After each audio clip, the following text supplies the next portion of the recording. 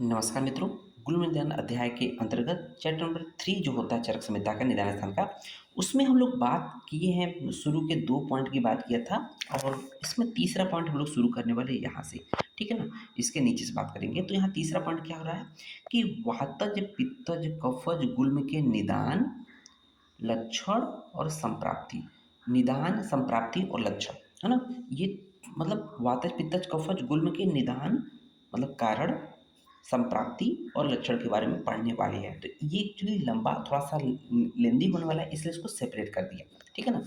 देखेंगे सबसे पहले हम लोग एक एक करके बात करेंगे। इसको 3 पार्ट में रखेंगे। वातज के निदान, लक्षण और संप्राप्ति, पित्तज के निदान, लक्षण और संप्राप्ति और कफज के निदान, लक्षण और संप्राप्ति की बात करेंगे। सबसे पहले हम नंबर पे ए लिख देते हैं, ठीक है ना?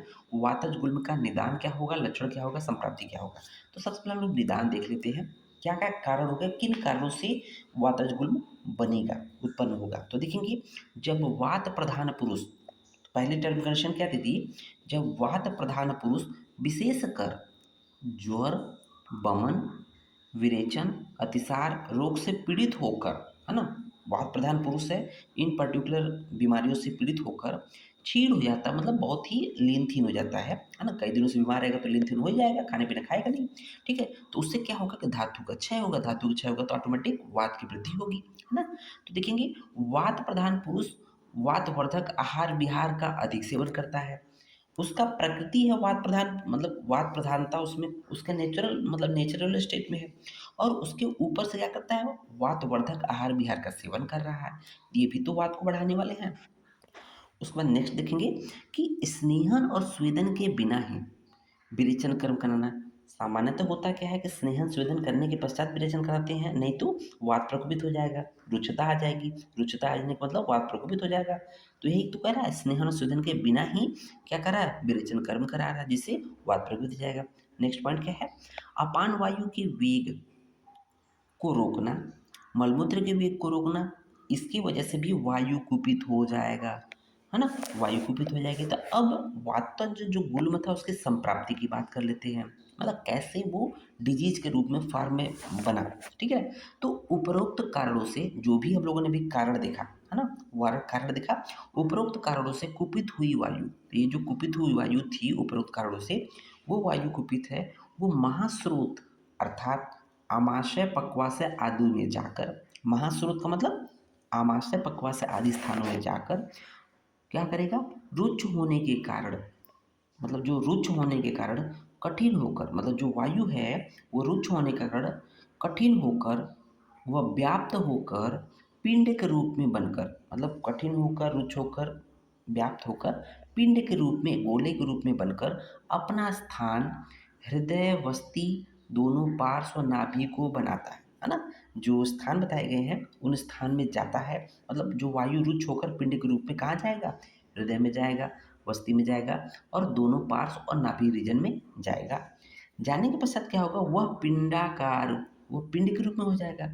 गुल्म, जो पिंडाकार गुल्म अर्थात पिंड के रूप में जो गुल्म है, जो हृदय, नाभि, वस्ती दोनों पार्श्व में, वो शूल उत्पन्न करता है एवं ग्रंथि एवं पिंडाकार होने के कारण गुल्म कहा जाता है। तो ये वातज गुल्म की संप्राप्ति होगी। इस तरह से वातज गुल्म का रूपरेखा तैयार हो जाता है। अब देखते हैं वातज गुल्म के लक्षण क्या होंगे, उसमें क्या क्या सिम्टम्स आएंगे। तो यहाँ देख रहे होंगे वातज गुल्म का लक्षण, है ना, क्या क्या सिम्टम आएंगे। तो देखेंगे, स मुहुर आदमंती, मुहुर अल्पत्वम आबंते। तो मुहुर आदमंती का मतलब कि शीघ्र ही, मतलब मुहुर मतलब बार बार क्या होगा, कभी उसका साइज बढ़ेगा, कभी अल्प होगा, मीन्स कभी इसका साइज वात बढ़ेगा, कभी घटेगा। और उसके बाद क्या कर रहा है, अनियत अविपुल वेदनश्च, अनियत अविपुल वेदनश्च भवंत, अर्थात उसमें वेदना कभी बहुत ज़्यादा होती है, वेदना कभी बहुत अणु वेदना होती है, मतलब अणु मतलब सूक्ष्म वेदना होती है, बहुत कम वेदना होती है। क्यों? चलत्य वायु, वायु के चल गुण के कारण जो है वो कभी आकार में बढ़ेगा, कभी घटेगा, और कभी बहुत तीव्र वेदना होगी, कभी बहुत सूक्ष्म वेदना होगी, ठीक है ना?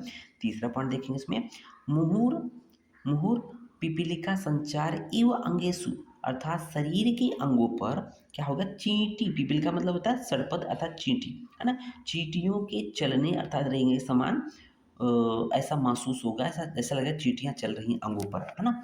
उसको देखिएगा, तद आतुर शुचेव संकुनेव च अभिसविद्यमानात्मन मन्यते।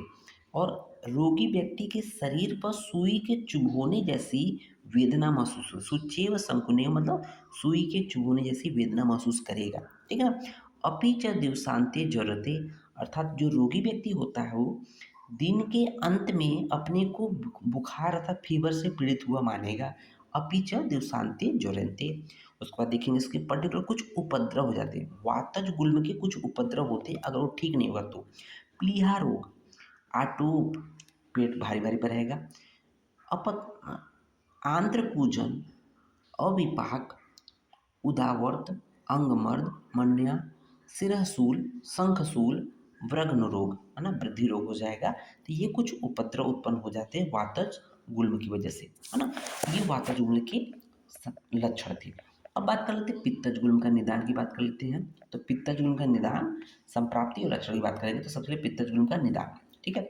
पहले बताए हुए मतलब पहले मतलब वातज गुल्म में जो बताए गए हैं, पहले बताए हुए ज्वर, वमन, विरेचन आदि कारणों से जब शरीर कृश हो जाता है मतलब दुबला पतला हो जाता है, तब यदि पुरुष अत्यंत अम्ल, लवण, कटु, क्षार, उष्ण, तीक्ष्ण आदि द्रव्यों का सेवन करता है तो क्या होगा? पित्त प्रकोपित होगा। अजीर्ण में भोजन या अत्यशन करता है, उसको अजीर्ण में भोजन करता है या भोजन खाने के बाद तुरंत भोजन उसके ऊपर कर लेता है, उसको अत्यशन बोलते हैं, ऐसा करता है। नेक्स्ट पॉइंट देखेंगे, इन सभी कारणों से क्या होगा? पित्त प्रकोपित हो जाएगा। पित्त प्रकोपित हो जाएगा तो आगे हम लोग संप्राप्ति और लक्षण देखते हैं। यहाँ देख लोगे पित्तज गुल्म की संप्राप्ति और लक्षण एक साथ दिया है, ठीक है ना। तो देखेंगे यहाँ पर प्रकोपित हुआ पित्त, अभी हम लोगों ने देखा इससे पहले पित्त प्रकोपित हो रहा था किन किन कारणों से, अलग अलग कारण बताए गए थे। प्रकोपित हुआ पित्त को, प्रकृति हुए पित्त को वायु क्या करेगा? अमाशय के एक भाग में एकत्रित कर दिया। तो वहाँ पर टर्म क्या है? आमाशय एक देशी, ध्यान दीजिएगा। पित्तज व कफज गुल्म की संप्राप्ति में एक टर्म आता है आमाशय एक देशी, ध्यान दीजिएगा। वातज में नहीं आता है, ठीक है ना, पित्तज कफज में आता है आमाशय एक देशी। वहाँ पर महास्रोत दिया है, ठीक है ना, वहाँ महास्रोत टर्म आया है, पित्तज कफज में आमाशय दिशा है। तो प्रकृत हुआ पित्त कफ को वायु आमाशय के एक भाग में एकत्रित कर जो वातज गुल्म में वेदना बताया गया है, उन्हीं भिन्न भिन्न प्रकार की वेदनाओं को उत्पन्न करता है ना। वायु क्या होता है? भिन्न भिन्न प्रकार की वेदनाओं को उत्पन्न करेगा। और पित्त जो होता है, पित्त क्या करेगा? प्रकृति जो पित्त हुआ वो क्या करेगा?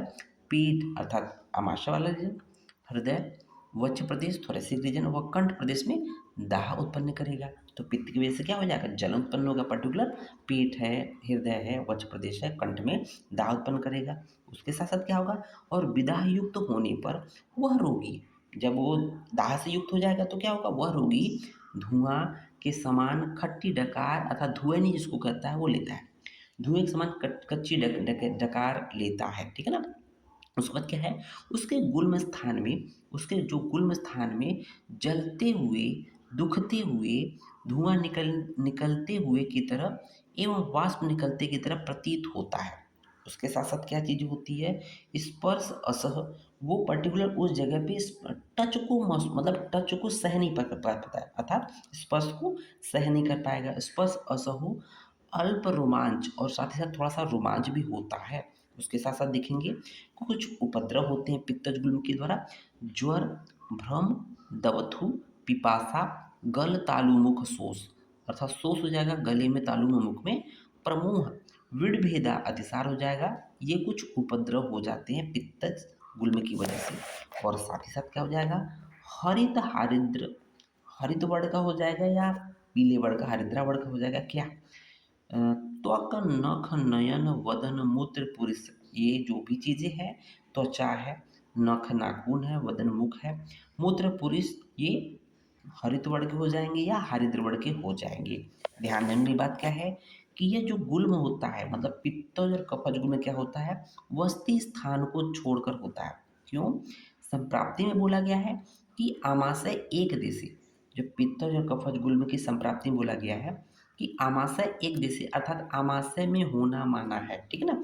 तो आमाशय की जो एग्जैक्ट लोकेशन बताई गई है भेल ने बताई है, ध्यान दीजिएगा ये भेल ने बताई है कि नाभिस्तन अंतरम जंतुर आमाशय इति स्मृत, सॉरी भेल ने नहीं चरक ने विमान स्थान बोली है, करेक्ट कर लीजिएगा। नाभिस्तन अंतरम कि जो आमाशय क्या होता है नाभि और स्तन के बीच में होता है, ध्यान दीजिएगा कि नाभि स्तन अंतरम जंतुर आमाशय इति स्मृत। तो जब नाभि और स्तन के बीच में है इसका मतलब कि वस्ती कहाँ है, वस्ती हमेशा नाभि के नीचे है, इसका मतलब पित्तोज कफज गुल्म जो है वस्ती में नहीं होता है, यही बात हम लोग कह रहे हैं, ठीक है ना। इस तरह से ये अब ये पित्तजला कंप्लीट होता है। अब आते हैं कफज गुल्म में। तो देख रहे होंगे कफज गुल्म के निदान, संप्राप्ति और लक्षण। तो निदान की बात कर लेते हैं कि पूर्वोक्त तो उन्हीं कृष करने वाले ज्वर बमन आदि कारणों से कृष होने पर, जब हो गया ऐसी स्थिति कृष हो गया है, अधिक भोजन कर ले रहा है, अधिक स्निग्ध गुरु मधुर अत्यंत शीतल भोजन से चावल का आटा एक दूध तिल तिल अधिक भोजन कर रहा है, मल मूत्र के वेगों को रोक रहा है, अति मात्रा में भोजन के बाद भी अति ज़्यादा मात्रा में पानी का सेवन कर रहा है, तो इसकी वजह से क्या होगा कफ प्रकोपित हो जाएंगे। अब बात करते हैं संप्राप्ति लक्षण की बात कर लेते हैं। इस प्रकार प्रकोपित हुआ कफ को वायु आमाशय के एक भाग में, अर्थात आमाशय एक देश से कफज गुल्म भी आएगा, वायु आमाशय के एक भाग में एकत्रित कर उसको इकट्ठा कर क्या होगा उसी प्रकार की वेदना उत्पन्न करता है जो वातज गुल्म में बताई गई है। तो यही टर्म पित्तज में भी बताई गई है, ठीक है ना।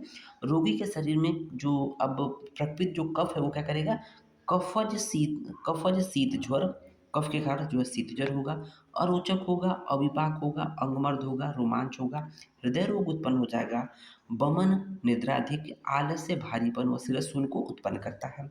इसके साथ साथ गुल्म के स्थान में स्थिरता, भारीपन, कठोरता और बढ़ा हुआ कफ, कास, श्वास प्रतिशय, राजक्षमा तथा त्वचा, नख, नेत्र, मूत्र एवं मल में श्वेतता, क्योंकि कफ जो है तो श्वेत वर्ण का होता है, तो इन इन सब में नेत्र, मल एवं मूत्र में श्वेतता को उत्पन्न करता है। इस तरह से कफज गुल्म की संप्राप्ति और लक्षण समाप्त हो जाते हैं। धन्यवाद।